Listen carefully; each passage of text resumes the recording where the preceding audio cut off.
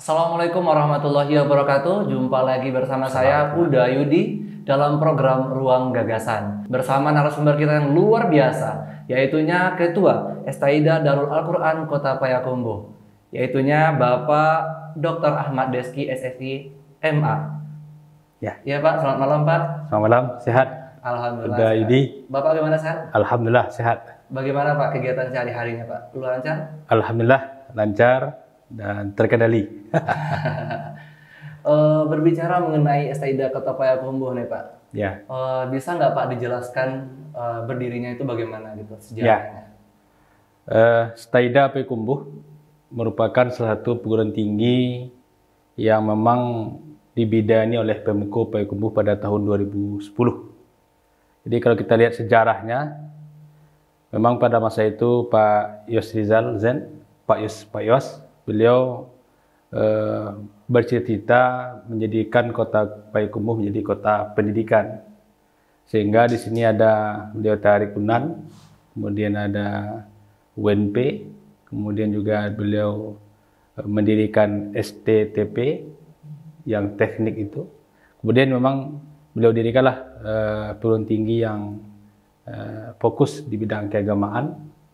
Pada waktu itu memang namanya adalah Sekolah Tinggi Agama Islam Darul Quran Kota Payakumbuh. Jadi Estaida Payakumbuh ini berdiri tahun 2010, yang awalnya itu ada di Kota Panjang, memakai ruang kelas yang ada di MTI. Tapi alhamdulillah di tahun 2018 Pemko Payakumbuh kembali menghibahkan tanah dan bangunan yang ada di Limbukan. Ya, yang memang sebelumnya dipakai oleh SMA 5. SMA 5 pindah ke tempat baru di Tengah Padang. Ya. Sehingga ruang kelas dan tanah yang ada di Limbukan itu dihibahkan ke Estaida Payakumbuh. Dan sekarang kita berdomisili di Limbukan. Limbukan. Ya. Satu itu aja kampus kita berarti Pak? Ya, untuk 2 tahun ini karena memang kita, alhamdulillah ya, mahasiswa kita bertambah setiap tahun. Nah, maka sejak tahun kemarin kita itu menambah kampus 2 di arah ke Batang Tabi. Ya. Di situ kita juga memakai fasilitas yang ada ruang kelas atau XSD ya, yang dari Pemko Payakumbuh juga. Jadi sekarang ada 2 kampus. Kampus utama itu di Limbukan, kemudian kampus kedua itu di daerah arah ke apa namanya? Batang Tabi. Ya. Nah. Dari 2 daerah itu Pak, 2 tempat itu atau 2 kampus itu kira-kira ada nggak jurusan yang sama gitu? Berapa jurusan yang ada di sana? Ya, kita di Estaida Payakumbuh memiliki 4 prodi ya. Jadi istilah prodi. Prodi, bukan jurusan ya Pak? Bukan jurusan, prodi. Jadi prodi yang pertama itu ada prodi ilmu Al-Quran Tafsir, ada prodi pendidikan bahasa Arab. Inilah 2 prodi yang memang ada sejak Estaida itu lahir, tahun 2010.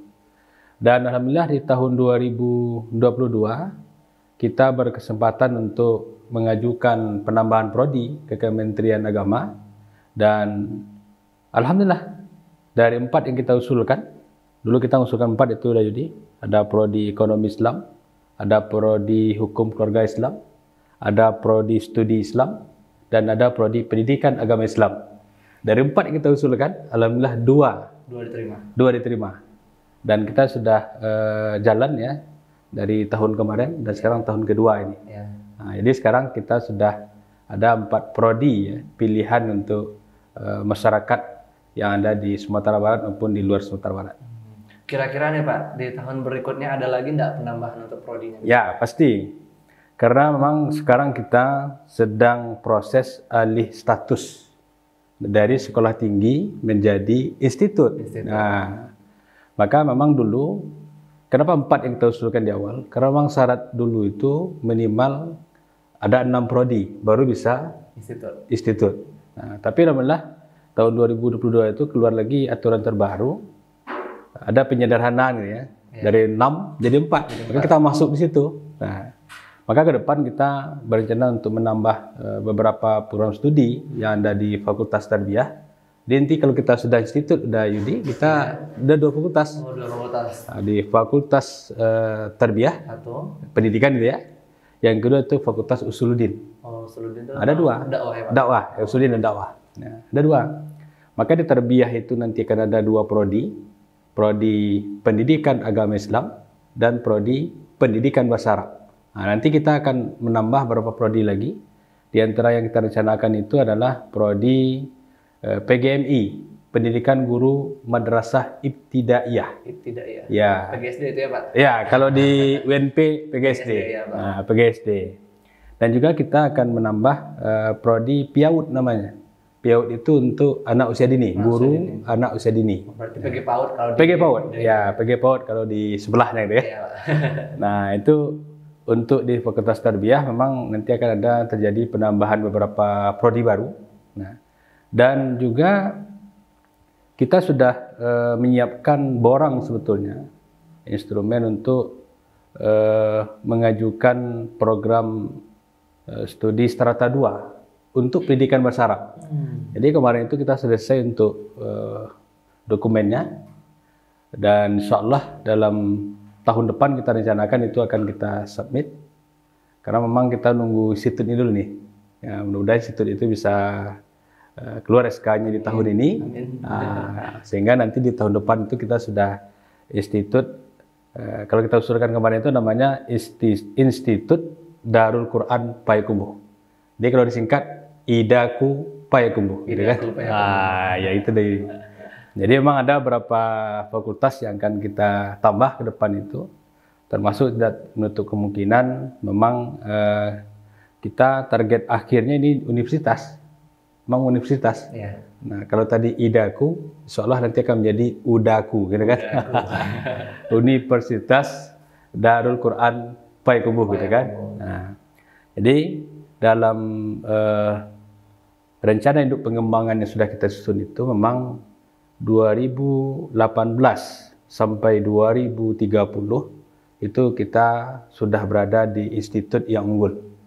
Nah, itu impian kita, ya, Pak. Atau visi lah itu ya. Dan nanti di 2030 sampai 2040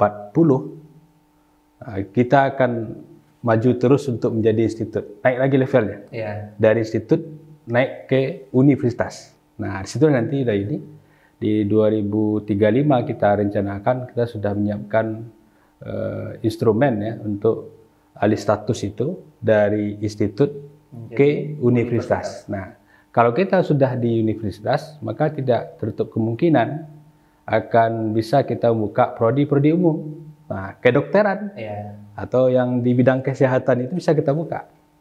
Begitu juga di prodi-prodi lainnya gitu. Artinya nanti kalau sudah universitas, kita sudah selevel dengan UNAN, sudah selevel dengan UIN, sudah selevel dengan UNP kalau di Sumatera Barat seperti itu ya. Dan kita sudah bisa menambah prodi-prodi umum gitu. Nah, itu target kita udah ini. Kalau berbicara masalah prodi kan udah banyak rencana-rencana Pak. Jurusannya saat ini kan udah lumayan 4 ya Pak? Ya, 4. Nah, ini berhubung mahasiswa nih Pak. Mahasiswa dari mana aja gitu Pak? Oh ya. Banyak enggak pemuda dan pemudi dari Payakumbuh nih? Ya. Udah sampai mana nih terkenalnya gitu? Ya, alhamdulillah udah ini. Mahasiswa kita itu berasal dari daerah yang beragam. Memang Payakumbuh ada, 50 kota ada, itu pasti. Pasti. Tapi beberapa tahun ini mahasiswa kita juga ada berasal dari Jambi, ada yang dari Pekanbaru, Riau, sampai ke Bangkinang. Ya. Ada juga dari Jakarta, dari Jawa gitu ya. Kemudian juga ada dari Medan.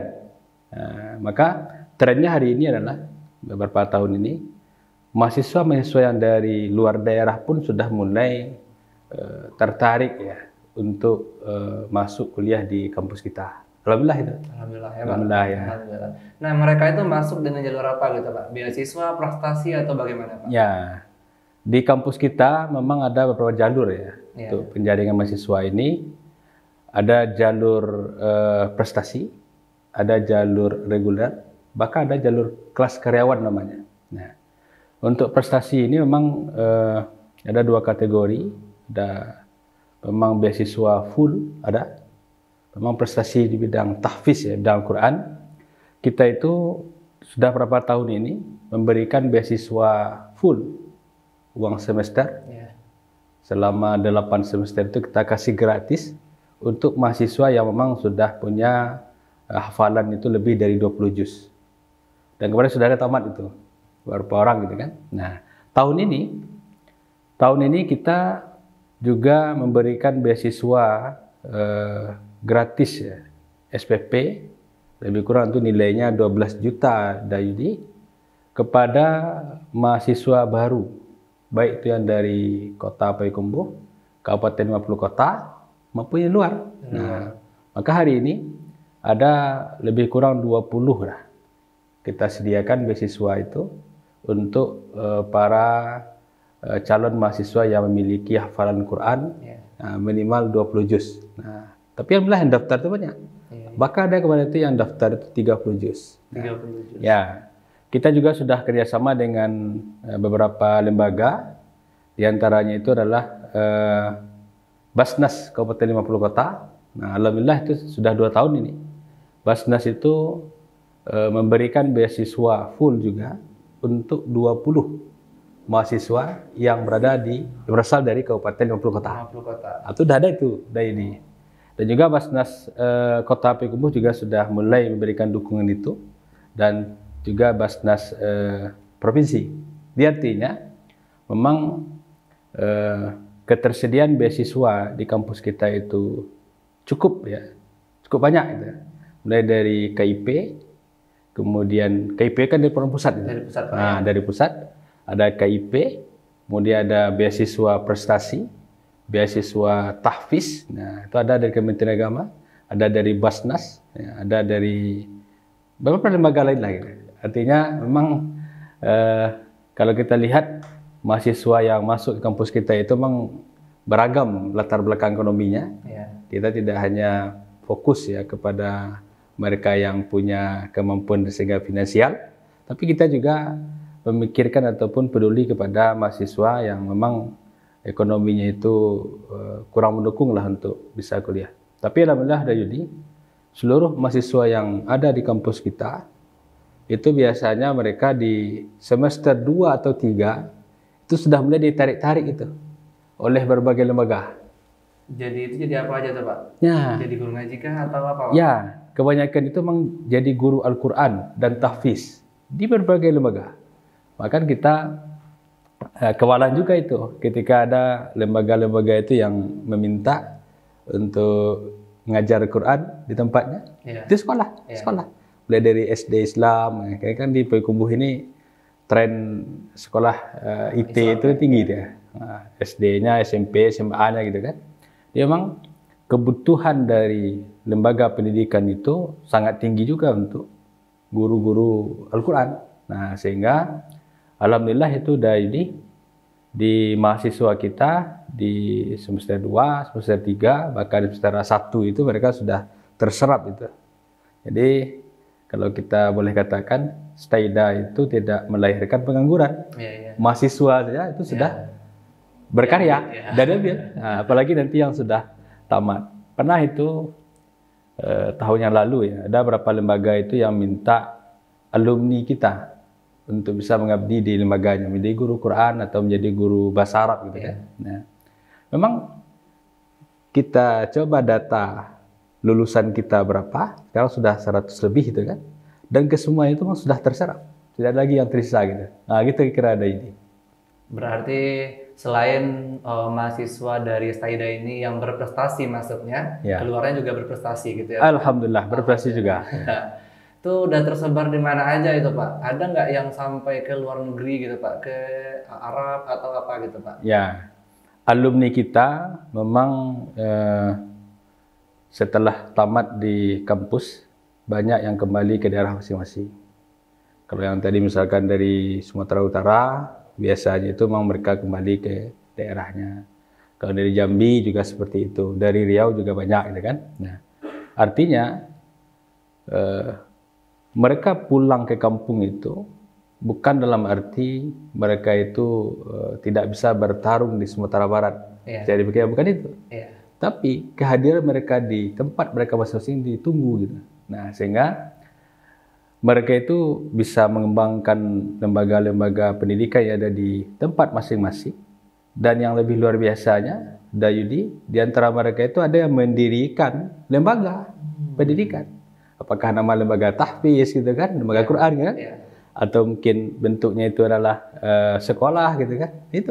Itu kondisinya gitu. Nah, jadi memang ada juga yang memang tinggal menetap di Payakumbuh, ada juga ya kan biasalah Dayudi ya, mahasiswa semester 7 nampak apa namanya bunga Payakumbuh gitu kan. Akhirnya benar-benar tinggal di Payakumbuh gitu. Ada juga seperti itu. Tapi pada umumnya mahasiswa kita memang beraktivitas di lembaga pendidikan, dan memang mereka itu ada yang menjadi PNS juga di beberapa instansi pemerintah, ada di kantor Kementerian Agama, ada menjadi guru madrasah dan sebagainya. Tapi ya kalau boleh kita katakan tidak ada mahasiswa Staida itu yang pengangguran, gitu lah kira-kira itu. Pengangguran, yang penting nggak ada pengangguran. Nggak ada pengangguran itu. Boleh kita cek itu. Sebenarnya bagus juga nih misi dari mahasiswa Staida itu, Pak. Yang kita lihat itu tadi kan banyak mereka yang membangun kampungnya sendiri. Jadi mereka tidak kejar-kejaran untuk ke luar negeri, kejar-kejaran untuk ke Mekah, ke Arab, tidak. Tapi mereka membangun rumah Islam lah, rumah Quran ya Pak, di kampung mereka. Itu luar biasa sekali, karena banyak dari pemuda-pemuda yang berprestasi berangkat dari kampung, habis kuliah mereka merantau. Jadi Staida Payakumbuh ini istilahnya itu kayak apa ya? Kayak rumah untuk membangun seorang yang bisa membangun negarinya masing-masing gitu. Dan banyak juga banyak juga alumni kita itu yang melanjutkan studi ke strata 2. Bahkan sekarang itu ada berapa orang yang lanjut ke strata 3 itu. Luar biasa sekali. Walaupun mereka dari sekolah tinggi, tapi mereka bisa sampai S3. Bisa. Itu ada tahun ini kita dapat laporan ada berapa orang alumni kita yang kuliah di strata 3. Berarti walaupun mereka hanya sekolah tinggi tidak menghambat untuk S3, tidak menghambat ya. Karena gini, Dayudi, alhamdulillah kampus kita walaupun sekarang masih sekolah tinggi gitu ya, berada di Payakumbuh. Tapi dari segi kualitas, alhamdulillah kita bisa bersaing dengan kampus-kampus lain. Ya, kalau alumni sudah kita ketahui tadi ya, alumni. Kalau kita lihat misalkan dari akreditasi, kampus itu dinilai oleh lembaga akreditasi mandiri atau oleh BAN PT, Badan Akreditasi Nasional. Itulah yang menilai baik atau buruknya kampus itu. Dan alhamdulillah ada ini, secara institusi, kampus kita ini sudah terakreditasi baik sekali oleh BAN PT. Nah, kalau kampus swasta sudah bisa mendapatkan nilai baik sekali itu sudah luar biasa itu. Kalau sekarang kan nomenklaturnya baik sekali, unggul. Unggul ya Pak ya? Iya, kalau dulu C, B, A kan gitu ya. Nah, C, B, A gitu kan. Nah, kita sudah di tengah-tengah ini. Tengah, udah baik sekali. Dan kampus-kampus negeri pun itu masih ada yang baik. Masih baik sekali juga dan belum seberapa yang sampai ke unggul itu. Nah, ditambah prodi kita yang 4 itu alhamdulillah sudah terakreditasi baik, dan juga ada 1 yang sudah terakreditasi baik sekali, yang PBA. Kita akan target ini, tahun ini ada reakreditasi untuk prodi IAT, dan memang target baik sekali juga. Dan untuk prodi PBA kita punya target untuk unggul ya beberapa tahun ini. Sekarang kita siapkan itu, mudah-mudahan kita bisa menjadi unggul itu dalam 1 atau 2 tahun ke depan lah gitu kan. Kita masih 6 tahun ya Pak? Pak, ya kita 2018. 2010. 2010. Ya. 2010. Sudah mencapai 14 tahun ya. 14 tahun Pak. Ya, 14 tahun lah. Ya, 14 tahun kita sudah bisa mudah-mudahan alih status Media Institute, dan itu sudah luar biasa itu. Perkembangannya luar biasa ya Pak. Iya. Nah ini ada pertanyaan juga Pak. Ya. Kabarnya dalam waktu dekat akan dilakukan asesmen lapangan. untuk alih status ke sekolah tinggi itu Pak. Ya. Nah, bisa Pak jelaskan sedikit lagi gitu Pak, apa kekurangan kita untuk target menjadi institut itu Pak? Ya, tadi sudah kita ceritakan juga bahwa di tahun kemarin kita sudah menyiapkan dokumen untuk proses transformasi menjadi institut. Nah, dan alhamdulillah Dayudi, berkas kita itu diterima oleh kementerian dan sudah dinyatakan cukup. Nah, maka kemarin momennya itu ketika kita wisuda itu. Kita wisuda tanggal 30 Agustus kemarin ya, hari Kamis. Nah, itu di hari itu kita dapat kabar itu bahwa asesor dari Kementerian Agama akan melakukan visitasi ke kampus TEIDA di hari kita wisuda. Maka kita dapat kabar sore hari sebelumnya, besok akan ada 4 orang ya, 4 orang tim dari Kementerian Agama untuk visitasi ke kampus dalam rangka untuk alih status. Nah, jadi pas di hari bahagia itu, jadi kita sudah divisitasi oleh asesor dari Kementerian Agama. Dan kabarnya alhamdulillah seluruh dokumen-dokumen yang kita sampaikan dan setelah dicek melalui visitasi itu alhamdulillah dinyatakan lengkap dan sekarang kita sedang menunggu SK-nya nih. SK-nya Pak. Ya, mudah-mudahan kita berharap SK itu bisa turun sebelum pergantian presiden ya. Nah, ini kan momentumnya juga ini. Tanggal 20 itu pelantikan presiden baru kan. Otomatis sebelum itu keluar. Ya. Otomatis menteri ganti semua kan. Nah, kita berharap masih di kabinet ini ditandatangani oleh Gusmen SK itu dan mudah-mudahan bisa segera kita jemput ke Jakarta itu. Amin. Ya, mohon doa juga itu dari kita semua. Untuk dosennya bagaimana ya Pak? Dari mana aja gitu Pak? Ya, alhamdulillah Dayudi, kita sekarang dosen berasal dari beberapa daerah, ada Bukit Tinggi, Payakumbuh, 50 kota, dan juga ada dari Padang gitu kan. Nah, dosen kita jumlahnya yang tetap itu ada 26 orang. 26 orang dan itu sudah doktor 7 orang. 7 orang sudah doktor dan sekarang ini sebanyak 8 dosen kita sedang studi S3. Di mana Pak? Di UIN Padang, ada di UIN Bukit Tinggi. Nah, mudah-mudahan lah kita target itu tahun depan itu 60 atau 70% dosen kita sudah doktor semua itu. Nah, karena kita menuju unggul 2030 tadi. Karena unggul itu tidak bisa dicapai kalau seandainya dari segi dosen itu tidak memiliki kualifikasi pendidikannya doktor gitu kan. Ada aturannya. Ada aturannya. Nah, maka kita memberikan dukungan kepada dosen, berikan motivasi untuk mengambil S3 di manapun, yang penting ngambil S3. Nah, alhamdulillah juga ada Yudi, dosen kita banyak juga yang dapat beasiswa itu, beasiswa S3. S3-nya. Ya, itu full gratis. Beasiswa 5.000 dokter namanya kalau di Kementerian Agama itu. Nah, alhamdulillah, dan itu sudah tamat, ada sekitar 4 orang itu. Nah, alhamdulillah. Bapak kalau dokter kapan profesornya Pak? Ini yang menarik ini. Ya, memang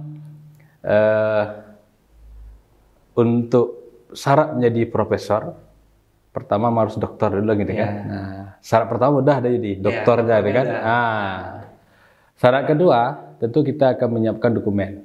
Nah, dokumennya itu memang terkait dengan Tridharma perguruan tinggi ya, di bidang pendidikan pengajaran, pengabdian masyarakat, dan penelitian. Jadi pendidikan, pengajaran, penelitian, dan pengabdian masyarakat 3. Dan itu prosesnya tentu kita jalani sesuai dengan aturan.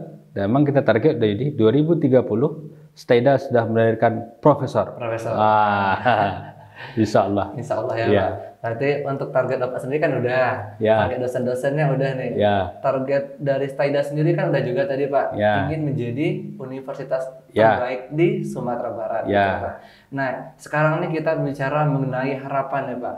Harapan pertama itu mungkin Bapak untuk mahasiswanya, gitu. Yang keduanya mungkin untuk harapannya itu bagi pemuda-pemudi, payakumbuh terutama gitu Pak. Apa nih harapannya Pak? Nah, pertama itu kita berikan motivasi lah, semangat kepada lulusan SLTA, pada pemuda-pemudi Kota Payakumbuh, 50 kota dan Sumatera Barat, bahwa pendidikan itu saat ini tidak cukup hanya sampai SLTA. Ya. Ya, benar Pak. Bahwa pendidikan itu penting, dan saat ini pendidikan terendah yang mesti kita capai itu adalah sarjana. Dan memang kondisi ekonomi itu tidak akan bisa kita pungkiri itu akan menjadi satu faktor, gitu kan. Tapi sebetulnya yang menjadi penentu itulah kemauan. Kalau ada kemauan kita untuk kuliah S1 misalkan, pasti itu akan terbuka jalan. Kalau kita lihat misalkan contohnya para tokoh-tokoh atau profesor-profesor yang ada di luar 50 misalnya. Profesor Asas Riwarni, beliau juga cerita bahwa kita sama, kita dari keluarga petani, kita dari keluarga biasa-biasa saja, hidup di kampung, beliau di Maik, kan? Iya. Di Maik, nah, tapi itu tidak menjadi penghalang kita untuk bisa menjadi sarjana, tidak menjadi penghalang kita untuk bisa menjadi profesor malahan. Nah, maka kita sampaikan kepada generasi muda, jangan puas hanya sampai di level SLTA. Kita mesti punya cita-cita minimal S1. Kalaupun misalkan hari ini ada mengatakan, terutama yang perempuan ini, untuk kuliah, Ya. besok jadi Ibu rumah tangga. ibu rumah tangga gitu kan. Nah, itu sudah salah juga. Nah, kalaupun kita menjadi ibu rumah tangga, akan berbeda. Ibu rumah tangga yang doktor akan berbeda menjadi dengan ibu rumah tangga yang tamatan SLTA. Bayangkan, seorang, kita lah contoh ini, Cinta. Udah Yudi punya orang tua, jadi tamat sekarang S1 ya. Iya, S1. Nah, 1 alhamdulillah. Orang tua kita mungkin dulu tamat 1 atau belum gitu. Iya. Orang tua saya belum gitu. Belum. Baru tamat SMA lah gitu kan. Nah, Yudi SD Ustaz. SD kan? Nah, SD kan. Nah, jadi tamat SD aja orang tua kita sudah bisa melahirkan kayak ini. Sarjana. Iya. Nah, sarjana. Iya. Bayangkan nanti kalau seandainya orang tua itu tamatan S3 atau S2 atau minimal S1. Kira-kira seperti apa anak lahir kira-kira itu? Insyaallah. Ya kan? Iya. Nah, makanya kita harus rubah paradigma itu. Walaupun cita-citanya, ini khusus perempuan ini, cita-citanya menjadi ibu rumah tangga, Iya. tapi tetap sarjana minimal. Gitu. Ya. Nah, apalagi yang laki-laki itu kan.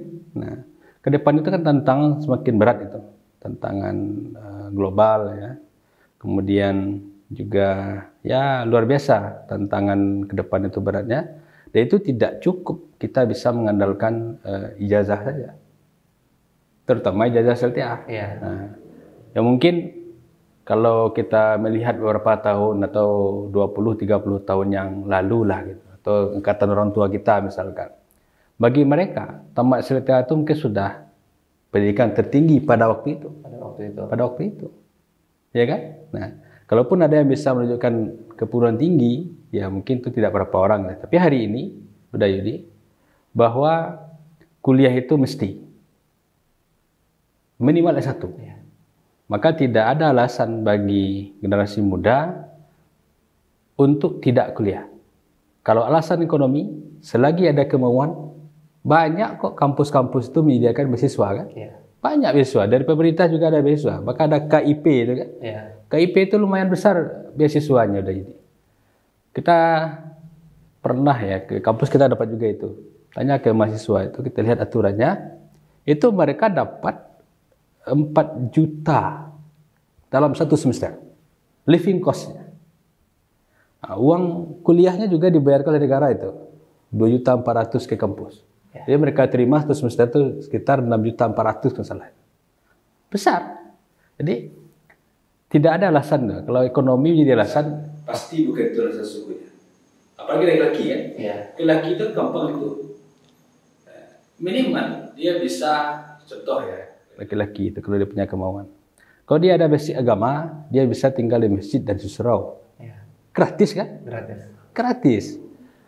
Kemudian apa namanya, kalau tinggal di masjid itu juga ada dari jemaah, ada makan, ya. nah, kan? Iya, Pak.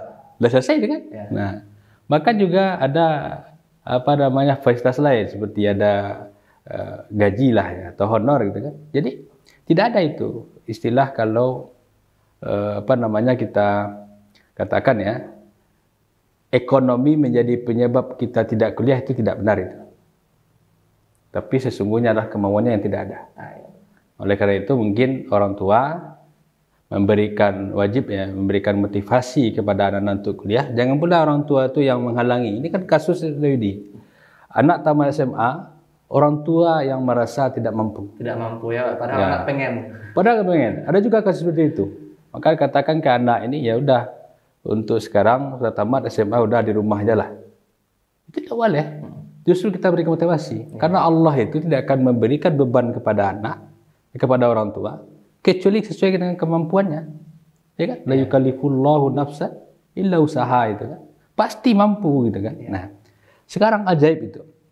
Rezeki anak itu pasti Allah titipkan ke orang tua. Iya. Ya kan? Saya pernah ada ini cerita nyata ini. Tapi tidak perlu saya sebut orangnya dan di mana lokasinya gitu. Nah, saya pernah cerita dengan salah seorang masyarakat lah yang memang pada waktu saya takziah ke rumahnya, suami meninggal. Dia punya anak banyak. Semuanya kuliah. Semuanya sekolah. Dan di pesantren ada 2 yang kuliah. Satu di kampus di Padang, satu di Pengembuh. Tapi tidak saya sebutlah kampusnya. Ya. Nah, pernah dia cerita gini. Anak yang di Padang itu dia akan KKN, kuliah kerja nyata. Tempatnya di Mentawai. Iya. Dan dia telepon pulang, dia butuh uang 1 juta. Gitu kan? Iya. Nah, pulang anak itu ke rumah, orang tuanya pun belum bisa itu berpikir dari mana uang 1 juta. Nah, dia pada waktu dia cerita, dia ada ladang sawah yang ditanam terung, terong ya. Nah, itu tidak banyak, hanya tidak banyak. Kalau dia cerita itu, puncak panennya itu hanya 5 atau 6 karung. Itu puncak panennya. Puncaknya Pak? Puncaknya. Dan ini sudah lewat masa puncak itu.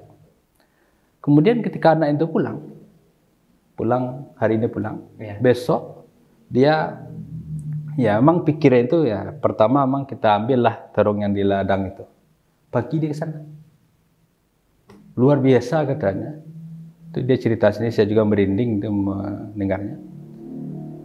Ketika sampai di sawah yang ditanami terong itu, luar biasa banyaknya buahnya.